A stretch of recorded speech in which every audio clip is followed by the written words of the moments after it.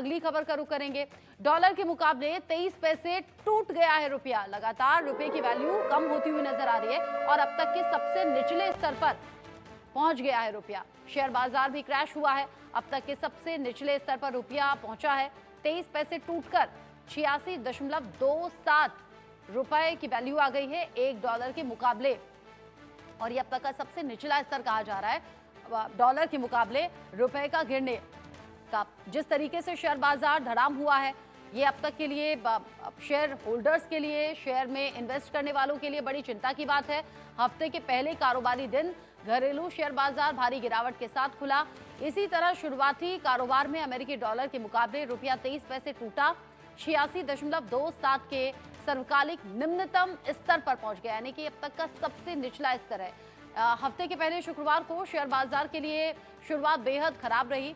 Bombay stock exchange का 30 shares वाला Sensex 834 अंक टूटकर 76,567 पर ओपन हुआ, तो वहीं नेशनल स्टॉक एक्सचेंज का निफ्टी 50 भी खुलने के साथ ही 247 अंक तक बिखर गया। प्री ओपन मार्केट में सेंसेक्स निफ्टी में बड़ी गिरावट के संकेत मिल रहे थे और बीएसई का इंडेक्स 750 अंक से ज्यादा का टूट गया था। आपको बता दें कि बीते सप्ताह के आखिरी कारोबारी दिन शुक्रवार को भी शेयर मार्केट के दोनों इंडेक्स लाल निशान पर क्लोज हुए थे। बाजार में गिरावट के बीच में सबसे ज्यादा जोमेटो का शेयर टूटा है, जबकि टाटा मोटर्स, रिलायंस से लेकर एचडीएफसी बैंक तक के शेयर बिखरे हुए नजर आए। जिस तरीके से शेयर बाजार का हाल है, यहाँ शेयर बाजार में इन्वेस्ट करने वालों की नींदें जरूर उड़ गई हैं और जो अभी के हालात शेयर बाजार के नजर आ रहे हैं वो बड़ी चिंता में भी डाल रहे हैं।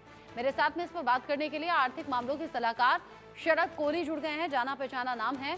शरद जी, स्वागत आपका इंडिया न्यूज पर।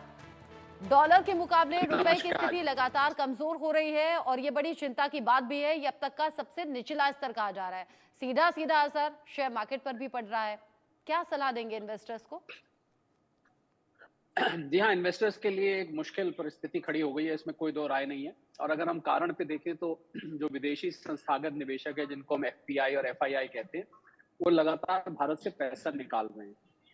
उसकी वजह से डॉलर की डिमांड बढ़ती है, जिसकी वजह से आपको डॉलर नीचे। और एक और कारण जो कम लोग जानते हैं, मैं बताना चाहूंगा कि आरबीआई समय समय पर जब भी रुपया गिरता है तो हस्तक्षेप करता है। इस बार थोड़ा सा आरबीआई ने अपना हाथ ऐसा लग रहा है कि खींचा है, हस्तक्षेप कम हो रहा है, उसकी वजह से रुपया लगातार गिर रहा है। शेयर मार्केट की अगर बात करें तो महंगाई के आंकड़े जो भारत में आए थे और जीडीपी के आंकड़े आए थे, तो जीडीपी के आंकड़े को लेकर भारत में पहले एक बहुत उदासी का माहौल छा गया था कि जीडीपी अब 6.4 पे आ गई है, पिछले साल ये 8.2 पे थी। एक तो ये कारण।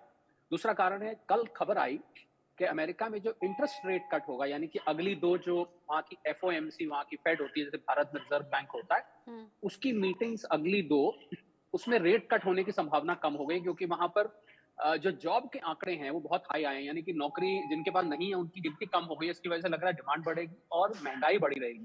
तो महंगाई बढ़ी रहने की वजह से उम्मीद कम हो गई है इंटरेस्ट रेट कट की। इसकी वजह से आपको जो हाल का एकदम से आज शेयर मार्केट में आपको फॉल दिखाए, वो दिखाए। और एक और चीज बहुत जरूरी जो इंडिया न्यूज के दर्शक शायद जानना चाहेंगे कि एक डॉलर इंडेक्स होती है जिसमें कि 6 करेंसीज की बास्केट होती है डॉलर के अगेंस्ट, वो गिर के अपने न्यूनतम स्तर 109.5 को भी पार कर गई, 110 के आसपास जा रही है। और यूएस में बॉन्ड यील्ड्स हैं वो भी 5 क्रॉस कर चुकी हैं। तो क्या होता है कि निवेशकों को जब अमेरिका में पैसा लगाना ज्यादा मुनाफे बद लगता है तो वो बाकी के बाजारों से पैसा निकालना शुरू कर देते हैं। तो ये कुछ कारण है जिसकी वजह से। पर मुझे लगता है जो लंबी अवधि के निवेशक हैं, आपके सवाल पर मैं सीधा सीधा आऊं, उनको चिंता करने की जरूरत नहीं है। उनके लिए तो बाइंग के ये अवसर हैं, जहां जिन जिन शेयरों में उनको लगता है वैल्यूएशन अट्रैक्टिव हो गई है, लुभावनी हो गई है, वहां पर उनको थोड़ा थोड़ा करके निवेश करना चाहिए, एक साथ निवेश नहीं करना चाहिए।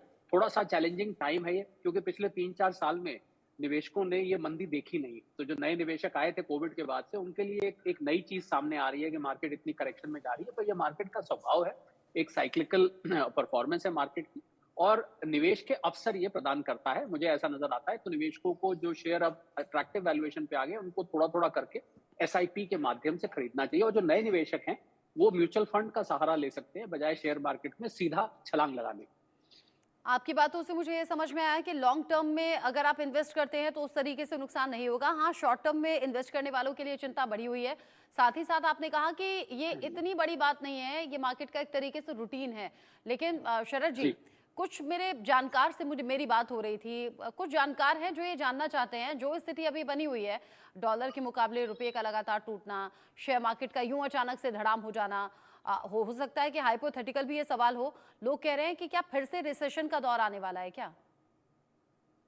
देखिए, रिसेशन अगर आप वैश्विक स्तर पर देखें, तो यूरोप में काफ़ी हद तक रिसेशन के सिग्नल्स काफ़ी समय से नज़र आ रहे हैं। अमेरिका में अब ट्रम्प साहब 20 तारीख को अपनी गद्दी सँभालेंगे, तो ऐसा लग रहा था कि वहाँ भी रिसेशन की कुछ-कुछ आहट सुनाई दे रही थी, पर वो सरकार ने कुछ इस तरीके से उसको रोक रखा था। बिल्कुल, वैश्विक रिसेशन अगर आया, तो भारत पे उसका असर होगा, पर भारत इस समय दुनिया की सबसे तेज़ बढ़ने वाली अर्थव्यवस्थाओं में से है। तो मुझे लगता है भारत पे उतना असर नहीं होगा, भारत फिर भी एक चमकता सितारा रहेगा, वैश्विक ग्लूम में जिसको उदासी हम कहते हैं, उसमें भारत रहेगा और लंबी अवधि के लिए जो भी निवेशक आएगा उसको नुकसान नहीं होगा। उसके लिए ये एक मौका है मार्केट में एंटर करने का, क्योंकि मार्केट जब चढ़ रही होती है उस समय जो लोग एंटर करते हैं फिर उनका नुकसान हो जाता है। पर अगर आपने मंदी की बात करी, जी हाँ, मंदी की आहट आ सकती है इस साल के खासकर दूसरे हिस्से में, तो निवेशकों को सतर्क रहना चाहिए और आम जो लोग हैं उनको भी अपना पैसा बचा के रखना चाहिए, अंधाधुंध खर्च नहीं करना चाहिए, उधार कम लेना चाहिए। ये एक आर्थिक सलाहकार होने के नाते मेरी मेरी सलाह है। अच्छा, आपने कहा कि रिसेशन के चांसेस दिखते हैं साल के दूसरे हिस्से में, यानी कि 6 महीने बाद इसका खतरा कुछ देख रहे हैं। अच्छा, जो जी। मेरे जानकार हैं वो ये भी पूछ रहे थे कि भाई क्या आपको लग रहा है कि सितंबर तक रिसेशन आ जाएगा? इसका मतलब ये कोइंसिडेंस नहीं हो सकता, इस तरह की चर्चाएं तो हैं। आप जैसे आर्थिक सलाहकार हमें बताते भी रहते हैं वक्त वक्त पर कि क्या करना चाहिए, क्या नहीं करना चाहिए। अब आपने बताया कि पैसा सेव करके रखें, उधार किसी से ज्यादा नहीं लेना है। इन्वेस्टमेंट के तौर पर क्या कहेंगे? जो शॉर्ट टाइम के लिए इन्वेस्ट करते हैं, क्या उन्हें अभी लॉन्ग टाइम में कन्वर्ट कर देना चाहिए? क्या पैसा शेयर मार्केट से निकाल लेना चाहिए?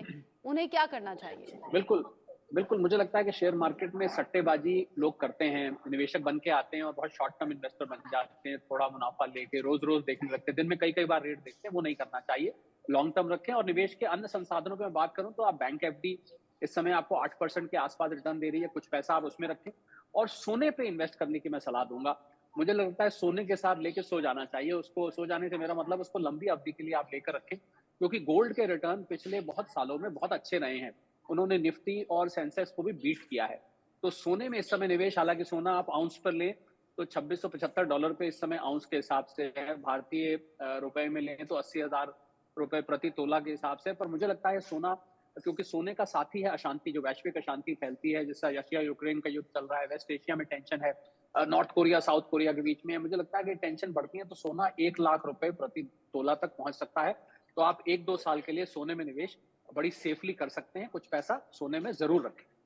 अच्छा, कुछ लोग तो ये भी कह रहे थे, हालांकि कोई वो एक्सपर्ट नहीं थे, लेकिन लोगों में ऐसी बात हो रही थी कि जो सोना दाम बढ़ना था वो अब तक बढ़ चुका है, तो ये सही टाइम है खरीद लेने का। ये शादियों के सीजन की मैं बात कर रही हूँ, जब शादी का सीजन चल रहा था, अब दोबारा से भी शुरू होगा, तो कहा यह जा रहा था कि ये राइट टाइम है, सोना खरीद लो। आगे आगे दाम बढ़ भी सकते हैं, लेकिन कुछ इंडिकेशंस थे कि घट भी सकते हैं। तो आपकी बात के हवाले से मैं दर्शकों को ये कह दूं कि आने वाले टाइम में सोने के दाम बढ़ेंगे ही बढ़ेंगे। जी हाँ, मैं एक बात जोड़ दूँ कि बीच-बीच में आपको थोड़ी-थोड़ी करेक्शन और प्रॉफिट बुकिंग आती है, क्योंकि सोने में भी शॉर्ट टर्म ट्रेडिंग होती है। तो जो कुछ लोगों को प्रॉफिट आ जाता है वो बेचते हैं, तो दाम कुछ समय के लिए नीचे आ जाते हैं। पर जो लंबी अवधि का इन्वेस्टर है उसको सोने में मुनाफा होता दिखाई देगा। छोटे-मोटे उतार-चढ़ाव से निवेशक ना घबराएं। आप अगर 1-2 साल के लिए भी सोना लेके रखते हैं, मैं आपको पूरी विश्वास के साथ कह सकता हूँ, आपको इसमें ज़रूर फ़ायदा होने वाला है और इंडिया न्यूज़ को तो वो शुक्रिया करेंगे सारे निवेशक। जी। इंडिया न्यूज़ के साथ साथ शरद कोहली जी आपको भी शुक्रिया करेंगे। अभी के लिए आप जुड़े और आपने ये सलाह हमारे दर्शकों को दी कि कैसे अपना सेविंग करनी है, कैसे पैसे बचाने हैं। बहुत शुक्रिया आपका ये कीमती सलाह हमारे दर्शकों तक पहुंचाने के लिए।